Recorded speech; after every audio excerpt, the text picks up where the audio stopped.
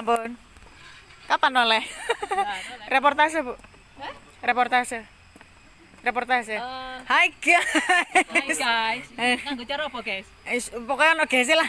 Hai Sing- guys. Hai Nah. guys. Saiki lagi ono ing Asri Loka. Asri Loka. Asri Loko, Nek Asri cara Loko. Jawa Asri Loko. Yes, Wono yes. Salam. Heeh. Nah, cara Jawa kabeh, guys. Cara Jawa. Pasukane, guys. Pasukan Podrek. Maju jalan.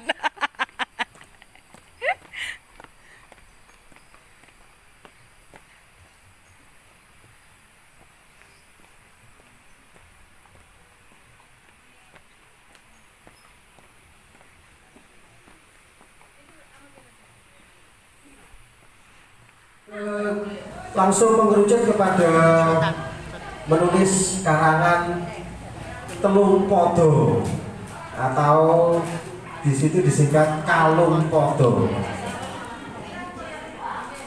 Ini babone kan dari pentigraf ya, cerpen 3 paragrafnya Pak Tengsu. Pak Tengsu Cahyono. Pentigraf cerpen 3 paragraf, ini cerpen yang paling mudah ditulis karena pendek dan juga tidak menghabiskan banyak ruang dan waktu dan tenaga. Di catatan saya terangkan dikit betapa yang namanya cerpen 3 paragraf. Kita harus ingat bahwa paragraf di dalam paragraf itu ada ide pokok yang terdapat pada kalimat utama. Ini pelajaran, mari mengingat pelajaran semuanya, bahasa Indonesia, bahasa Inggris, bahasa Jawa sama. Jadi dalam satu paragraf ada ide pokok yang terdapat pada kalimat utama. Ini teori ini. Cuman dalam prakteknya terutama fiksi, ini bebas-bebas mawon. Cuma tetap digawe gondelan. Betapa dalam satu paragraf itu ada satu gagasan utama. Ben boten tumpuk-tumpuk. Meruwel. Kalau beberapa itu akhirnya kesannya itu mual. Jadi ada beberapa pesan yang disampaikan tapi dalam satu paragraf. Dari tulisan-tulisan jenengan, ya Allah,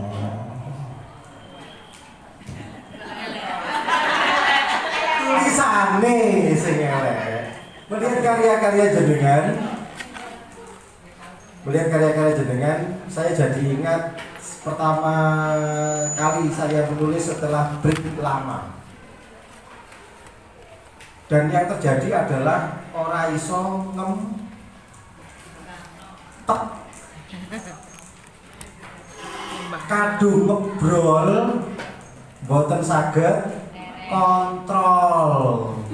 Jadi metu growoco kayak jam dibuka itu loh. Nah, itu yang terjadi. Jadi akhirnya dalam satu paragraf itu opo ae kepengin ditulis. Apa yang terlintas, apa saja terlintas di benak kita kepingin dituliskan, boleh. Tapi itu sebenarnya menulis itu harus kita kontrol, seperti hanya berbicara, seperti hanya batuk, bersin, sama, harus kita kontrol. Kapan? Nah, hanya saja yang kemudian yang kita, kalau kita kepingin serius, kepingin membangun pembiasaan menulis, maka kita harus melakukan kontrol tadi. Kontrolnya paling gampang bagaimana? Medit. Ayo rodok medit. Medit dalam artian iki tak kei sakmene ae. Engko menene tak tetepno nduk paragraf situ nih, tak teke nduk paragraf situ nih. Satu ide kita itu bisa melahirkan beberapa tulisan. Kalau kita medit, tak crit nduk kene. Tak crit nduk kene. Dokono lo dok cret dokono misalkan begitu. Itu tekniknya. Kenapa kemudian kita kadang-kadang menemukan penulis yang mungkin menyebutkan hal-hal yang sama dalam beberapa tulisan yang berbeda. Satu, karena itu yang mungkin materi yang sangat beliau kuasai. Atau yang kedua, ada bagian yang dia simpan. Sebenarnya bisa diwujudkan dalam satu tulisan, tapi beliau simpan, beliau tahan, dibronir atau akan di tulisan yang berbeda. Seperti hanya ketika mungkin jenengan Bapak Ibu kalau menulis karya ilmiah, menulis KTI ataupun yang lainnya. Kalau dalam bentuk PTK di skripsi kaya dibroleh kabeh. Tapi sebagian kita tahan, kita simpan ketika misalkan dalam bentuk tulisan jurnal, tulisan-tulisan di buku jurnal. Itu kita ringkas, kita tahan, kita empet, buatan kita florkan semua data yang kita punya. Itu catatan yang penting bagi saya pribadi dan juga untuk saling mengingatkan satu sama lain bahwa kita itu harus pandai-pandai mengontrol diri.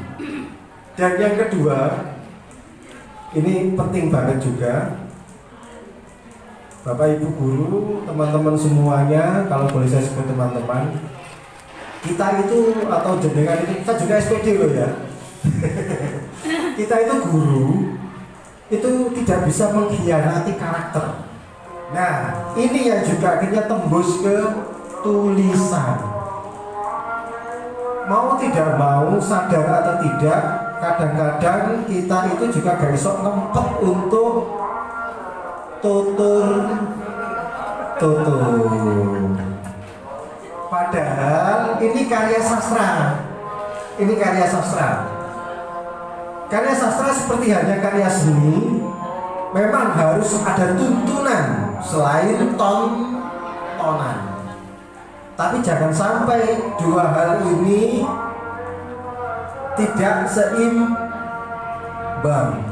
Nah, karya sastra harus bisa imbang. Tetap tutur-tutur ning ora ajur. Tetap memberikan pesan moral, pesan-pesan, tapi dibungkus dengan bahasa-bahasa yang sastrawi, yang apik. Itu sedikit catatan bahwa ketika kita jadi guru memang gak bisa ngumpet. Kudu dulu saya apik, menunjukkan mana yang hak dan mana yang batil. Tapi kita kontrol, sekali lagi kita kontrol. Disampaikan dalam bentuk tulisan. Terlebih ketika tulisan kita nanti kita gunakan pakai nama samaran. Kita bebas tulis apa saja. Kalau saya agak nakal-nakal mau menulis yang romantis-romantis itu pakai nama samaran perempuan.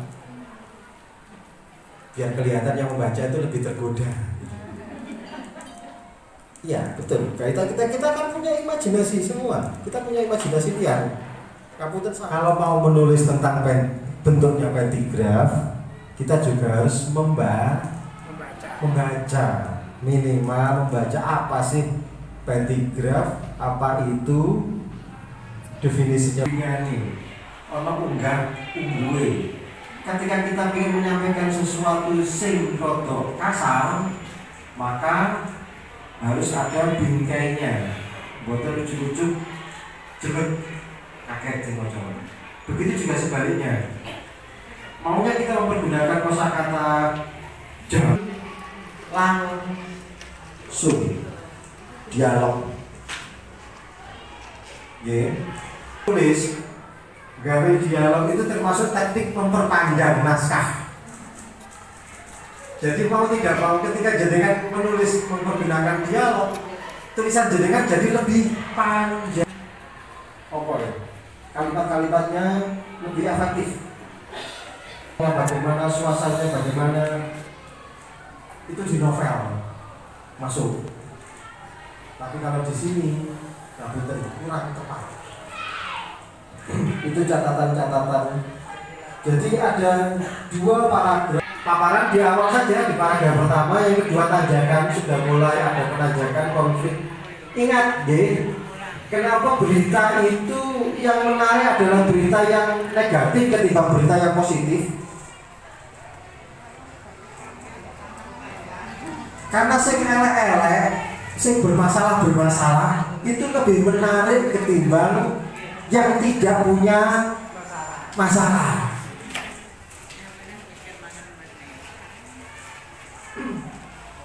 Nah, konflik tanjakan masalah itu sudah muncul di fiksi ataupun apa saja. Bahkan The Guritan juga itu ada masalahnya. Masalah dengan diri sendiri. Kenapa aku tidak bisa melupakannya? Itu kan masalah dengan diri kita sendiri. Kenapa rindu ini terhalang oleh lautan?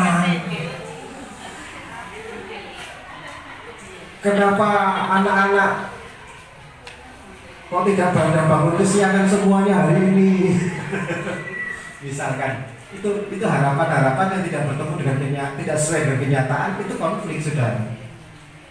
Nah, permasalahan juga begitu, konflik cerita. Karena ini pendek, cerpen 3 paragraf, kalau kode ini pendek, kita mungkin dengan teknik yang paling umum yang sederhana adalah dijelaskan bahwa tiange ape, Sarto kuwi bocah ape. Itu kalimat yang paling sederhana. Tapi ketika misalkan ganti kalimat yang lainnya, Sarto jujur ngaku bla bla bla bla bla misalnya, orang sudah membuat kesimpulan bahwa ngakunya Sarto kuwi